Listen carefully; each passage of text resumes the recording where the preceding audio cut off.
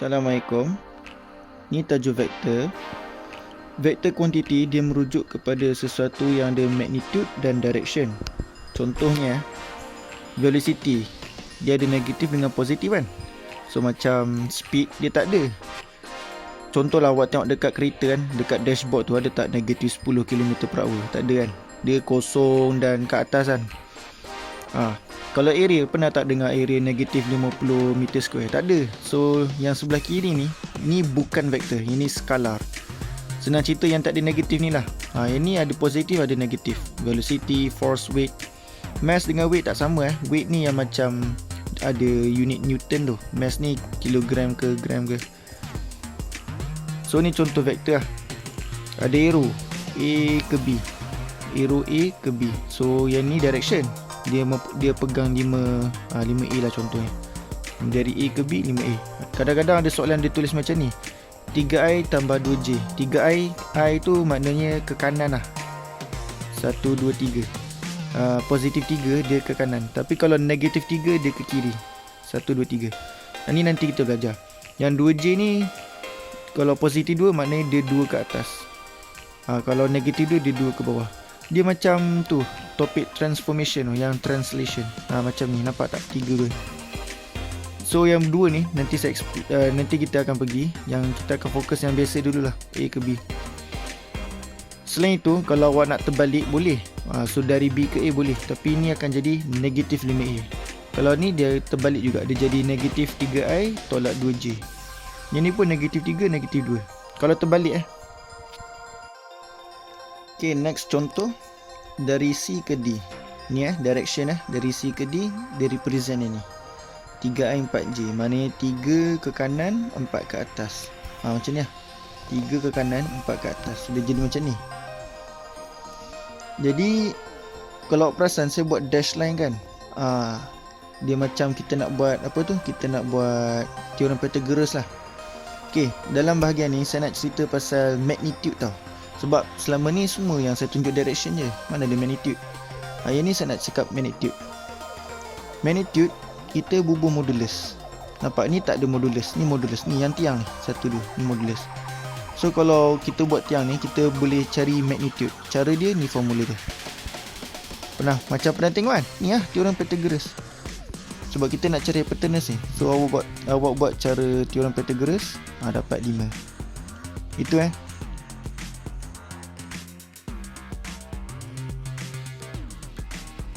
Tadi cakap pasal direction dan magnitude. Sekarang stage baru, parallel lah. Dua-dua ni parallel. Sebab dia orang menghala yang sama lah. Cuma size tak sama. So skala ni tak sama lah. Direction dia sama.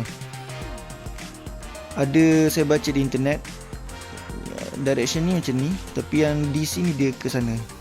So satu menghadap sana, satu menghadap sini kan. Saya baca dia tulis yang tu kita kira sebagai anti-parallel. Harap tak keluar syllabus lah. Anyway, so awak nampak tak saya buat equal ni? CD sama dengan ni apa? Lambda AB. Maknanya CD dengan AB ni sama sebenarnya. Cuma dari segi skala kita kena tunjuklah bukti ni. Contoh. CD ni dia macam AB kan? Tapi berapa kali? So saya ambil ni 1, 2. Maknanya kita tulis macam ni. CD ni dia macam AB tapi 2 kali. Tapi contoh kalau awak tak tahu secara skalanya berapa, kita letaklah simbol ni. Tapi kalau awak tahu berapa, 2 ke, 2.5 ke, ataupun 3 ke, kita tulis lah. Kita gantikan ni dengan ni. Itu kalau awak tahu. Kalau tak tahu, tulis simbol ni lah. Next question. Tadi 2 kan. Sekarang ni 1. Tapi ada 4 huruf ataupun 4 station lah. So AD ni dia macam AB tapi berapa kali. So kalau saya tak tahu, saya tulis simbol ni lah. Jadi yang ni since saya nak demo je, jadi saya assume diorang ni sama size. So AD ni dia macam AB tapi 3 kali. 1, 2, 3. So kita tulis macam ni. So direction sama betul lah, tapi secara skalanya kita tulis macam ni. Okey, kalau dia kata AB dan CD ni tak parallel, dan kalau perasan dia buat equal, pelik tak?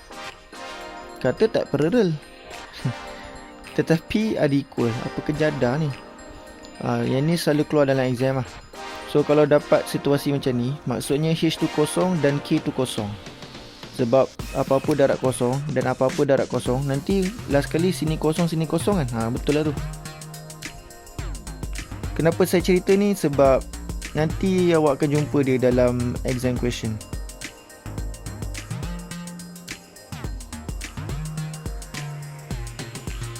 Dah cerita direction, magnitude, parallel, scalar, not parallel. Unit vector pula. Ini pening sikit. So nak bagi korang rough idea, saya pakai example speed lah. Rough idea je ni. Jadi ni Selangor ni Kelantan, jarak dia 500 km ataupun displacement lah, lalu sana lalu sini, tambah tolak 500.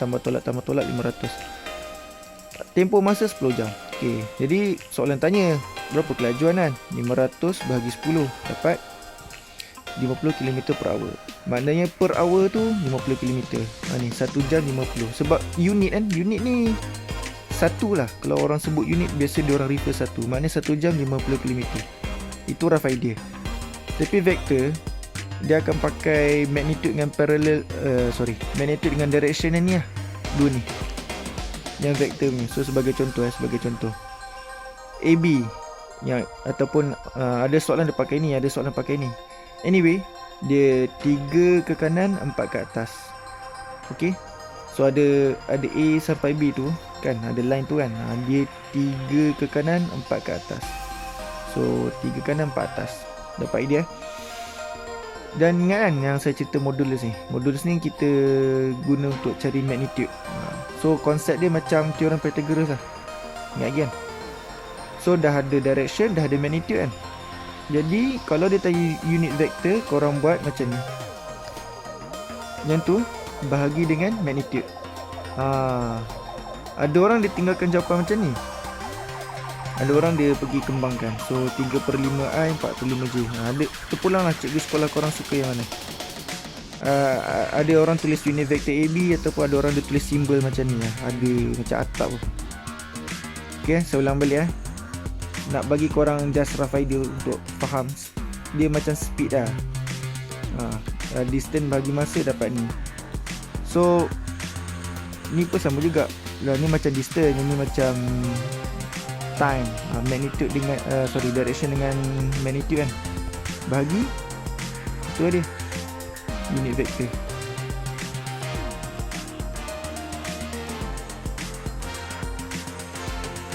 Okey, ni nak cerita macam mana nak pergi ke AB pakai jalan lain. Okey, ni AB dah ada jalan special lah. Tapi katakanlah yang ni jalan ni ada roadblock. So kita nak pakai jalan lain. So kalau tengok peta ni, kita ada dua cara lah. Ada orang dah pakai AC, lepas tu campur dengan CB. AC campur CB. Jadi orang tulis macam ni, AB sama dengan A tambah B. AB ni dia sama dengan A campur B. Ni A yang ni lah, B yang ni.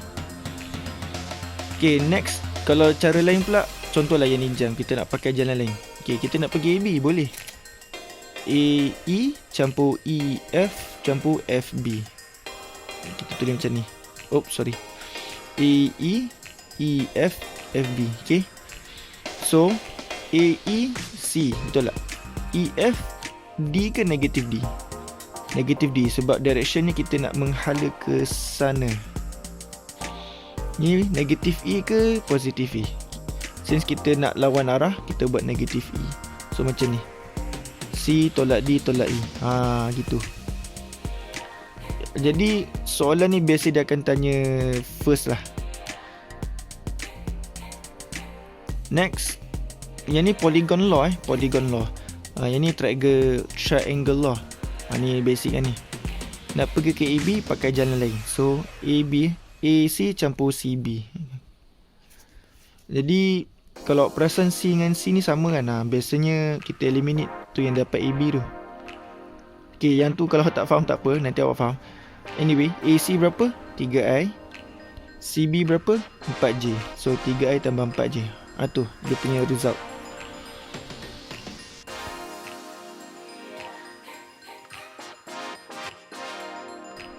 Okay, ni contoh soalan paper 1 2015. Okay, awak pause kalau nak baca. Okay, so PR dari P ke R 2A, PQ, P ke Q 6B. Secara direction lah. Jadi find QR in terms of A and B. Q ke R. So dari Q ke R kita pakai jalan belakang, QP campur PR. So ni negatif 6B sebab kita lawan arah. Ni 2A, okay. So kita buat macam ni je lah jawapan ni. Next, PQ dia macam SQ tapi 3 kali. QT dengan TR sama. Okay, faham. So saya pause jap. Okay, tengok PQ dia macam SQ tapi 3 kali. P ke Q dia macam SQ tapi 3 kali. Nampak tak? Ada student dia blur lagi. So saya buat macam ni lah. Okay, kan soalan bagi macam tu kan. So saya susun dia biar dia jadi macam ni. SQ tu saya bawa ke sebelah lah. So PQ ni 3, SQ ni 1. So SQ 1 kan, PQ ialah 3, P ke Q ialah 3. 2 campur 1, tu jadi 3 tu. Hati-hati baik kali soalan tanya macam ni. Yang next QT TR ialah sama. Okay, equal lah. Maknanya nak pergi ke ST, SQ ialah 1/3. Kenapa 3? Sebab total 3. 1/3 daripada 6B. So kita tulis macam ni, 1/3 daripada 6B. Itu untuk SQ Tapi untuk QT dia 1/2. 1/2 daripada QR. Kan? 1/2 daripada QR. So saya buat macam ni, 1/2 daripada QR. QR ni lah yang jawapan dia. So buat nanti dapat jawapan macam ni. Awak simplifykan lagi. Oh, saya tertinggal. Anyway, simplifykan lagi. Ini jawapan dia. So ada benda tu yang macam cacing kat bawah ni. Saya terlupa lah. Jadi soalan yang macam ni biasa diorang akan tanya mula-mula lah dekat paper 2. Yang paper 1 ni suka hati dia. Okay, next question. Trapezium. Jadi dia dah tulis lah 4A 7B. Yang tu QR tu dia macam PS tapi 2 kali. QR ni dia macam PS tapi 2 kali. Maknanya apa? 4A ke 8A ke atau 2A? So ni ialah 8A. Dan soalan tanya, cuba cari SR tolak PR. Sudah. SR tolak PR. Okay, just nak remind dia.